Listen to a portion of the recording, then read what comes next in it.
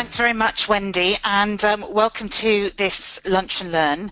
I wanted particularly to speak about paediatric medicine simply because I think it's a very good chance for us all now to go ahead and find out about setting the stage for our rabbit clients in terms of improving health, improving welfare, and, you know, really embracing rabbits into the practice. And in some ways I'm quite glad that we've got some vets online as well as qualified nurses, because very often when I'm speaking to sort of groups of people, I find actually that the nurses are already very well on board, and the people that I need to convince a little bit more perhaps are the vets. So let's go through and talk about some very common problems, some presentations, some common discussions that we need to have surrounding young rabbits from, you know, essentially birth round about 6 months of age. So, as I say, I think we need to get ourselves and our clients into really good habits.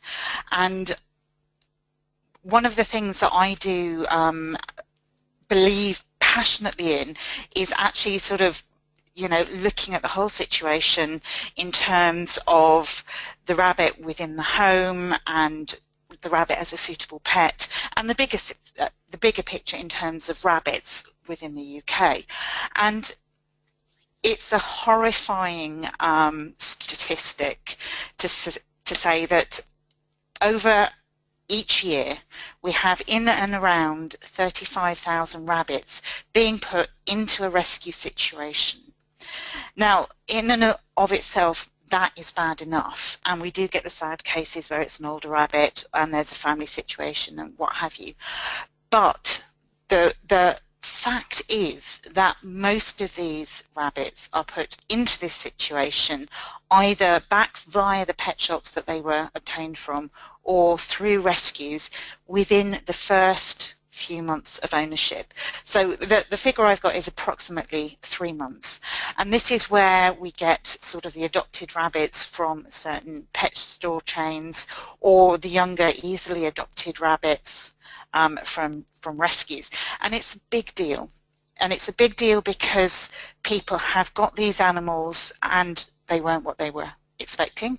They hadn't educated themselves on them. They may or may not have done any kind of veterinary care. They may have not been feeding these animals properly, and so we're quite often in that situation then having rabbits that are coming within our medical population, if you like, within the population that we see at the clinics in a poorer condition than they should be. And with a lot of these cases, I really think that prevention is better than cure. So if we can have some information to, you know, educate clients about what it's like to have rabbits as a pet, what they should expect in terms of financial outlay, in terms of the input that they should have at home, in terms of the amount of time it's going to take to care for these pets, then that is a really good thing to sort of have at our fingertips as a starting point. And although many people will sort of speak to pet shops about these kinds of things, with the qualifications that we have and the experience that we have within veterinary surgeries, I would hope that in the longer term more people will be contacting vets for this type of information rather than just the pet shops. Now, if we think about rabbits sort of going into these rehoming situations, or perhaps being bought by people who haven't really had any chance or any interest in researching them, then one of the things that I would suggest is that a lot of these rabbits aren't going to be treated well. So in terms of housing, that may not be adequate, and certainly in terms of diet, that may not be adequate. In terms of handling, again, repeatedly we see rabbits that have either been dropped or have been mishandled, perhaps by children who haven't been well supervised, and we then have animals that are A, painful, poorly you know, grown perhaps, and are fearful of humans, and these animals then in the longer term don't make the cute fluffy pets that people want, and perhaps, you know, are much harder to rehome. So we are sort of trying to mitigate suffering by trying to get our clients into better habits. And one of the things that I would say is that for the finances of veterinary work, it is significantly better if our patients survive longer. And that sounds like a very cynical thing, and for those of you who know me, you know that that isn't me. However, I do get a lot of satisfaction from seeing these animals, from babies at the first vaccine to sprightly middle-aged healthy animals, to looking after them when they're elderly. And so for me that is, you know, a lot of personal satisfaction, but equally it also is, I suppose, a way to generate income. And the best way to generate income is to provide appropriate and sensible interventions. And our patients therefore survive longer, they stay with their families longer in better welfare, and in the longer term we have these clients much more bonded to our practice, so that they are much more likely to recommend us to other people, and also perhaps to bring other pets in. So it's a win-win situation, practicing good medicine, making good recommendations, and, you know, providing for the education both of ourselves and for our clients. You know, we seriously really can't lose. So what is normal? And I think that there are quite a few things certainly surrounding the very early life of rabbits that it's worthwhile discussing in a little bit of detail.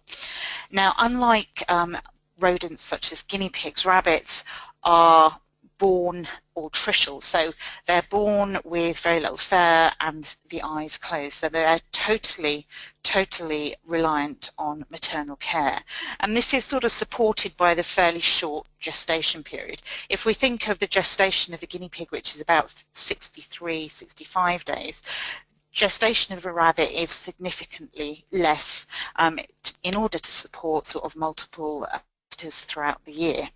Because the eyes are closed, as I say, they are 100% reliant on maternal care. And I think that certainly that is one thing that we really need to consider very carefully, in terms of the fact of looking at hand rearing and wild baby rabbits that have been, in inverted commas, rescued. The mother provides this maternal care very rapidly, and the baby rabbits live in a small, sort of quite shallow nest, usually hidden, and the mother will only suckle them for between 2 and 5 minutes a day. And because the litter size is between 5 and 8, depending on the size of the female and depending on the size of the kits at that point, they may well move around and rotate quite rapidly while they're suckling as well. But if you think that in order to get the amount of fluid and the amount of nutrition that they need in order to survive and thrive, then the amount of milk production during that very concentrated period is massively significant. Now, once the babies have finished suckling, they'll sort of burrow down further into the nest and sort of cuddle together and stay warm until the next time the doe reappears. In the interim, the doe goes away, she undergoes her normal feeding and grooming and social routines, and then returns the babies as needed. Now, over the period of the first week or so, the eyes will begin to open and the babies will become slightly more interactive, and they're reliant on milk for at least the first 10 days, and at that kind of a stage they will start to interact with food items around them in the nest. But between sort of day 7 and day sort of 28 to 42, they are still going to be suckling from the mother very regularly.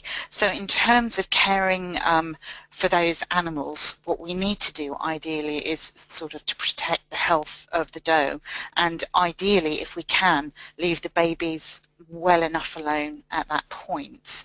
And in subsequent